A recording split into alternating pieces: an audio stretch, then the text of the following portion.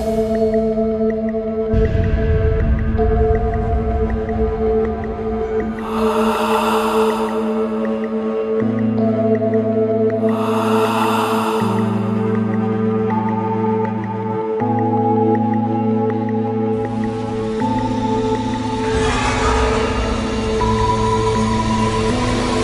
dans Dossier mystérieux de nos régions, où le surnaturel rencontre la réalité.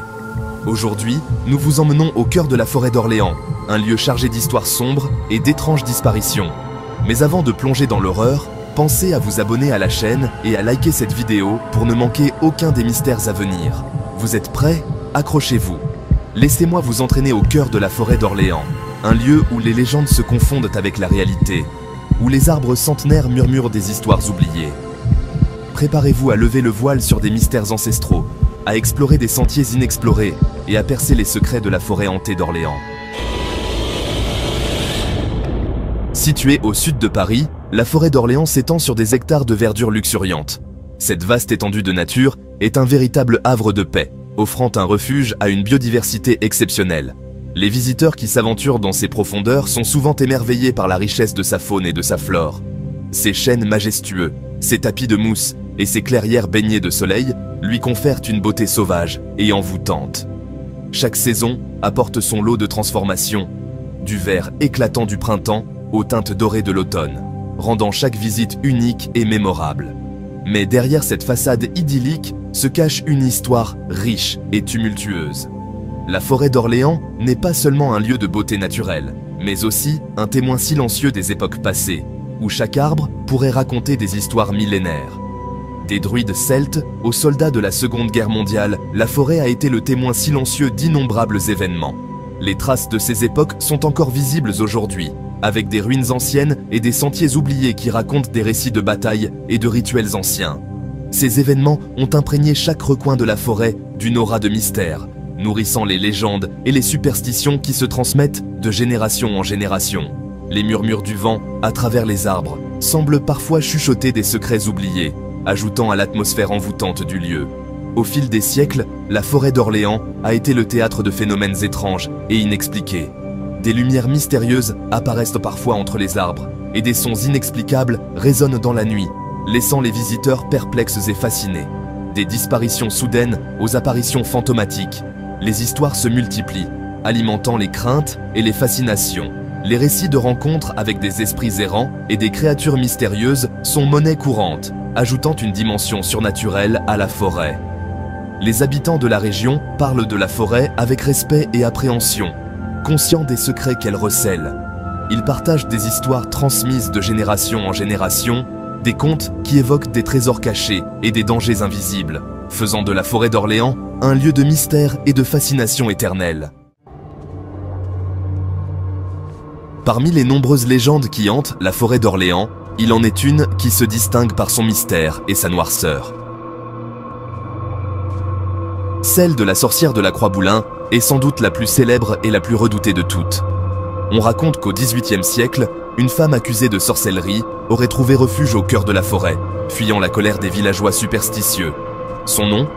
On l'ignore, car il a été effacé des mémoires par la peur et le temps. Son histoire? Perdue dans les méandres du temps, elle n'est connue que par des fragments de récits et des murmures dans le vent.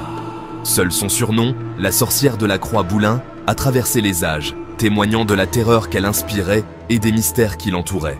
Certains disent qu'elle connaissait les secrets des plantes et des potions magiques, capables de guérir les maladies les plus graves ou de maudire ceux qui lui faisaient du tort.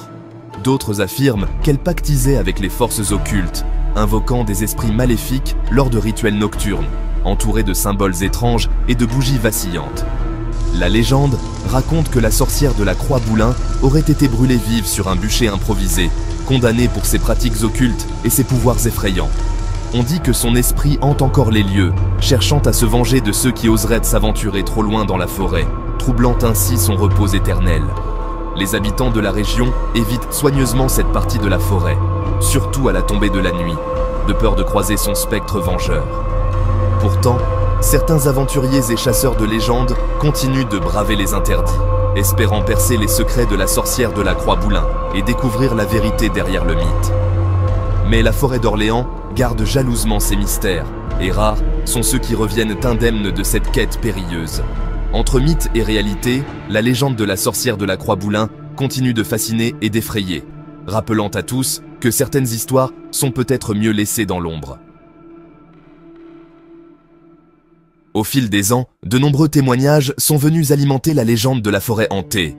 Des récits effrayants et des histoires mystérieuses ont été partagés par ceux qui ont osé s'aventurer dans ces bois sombres et inquiétants.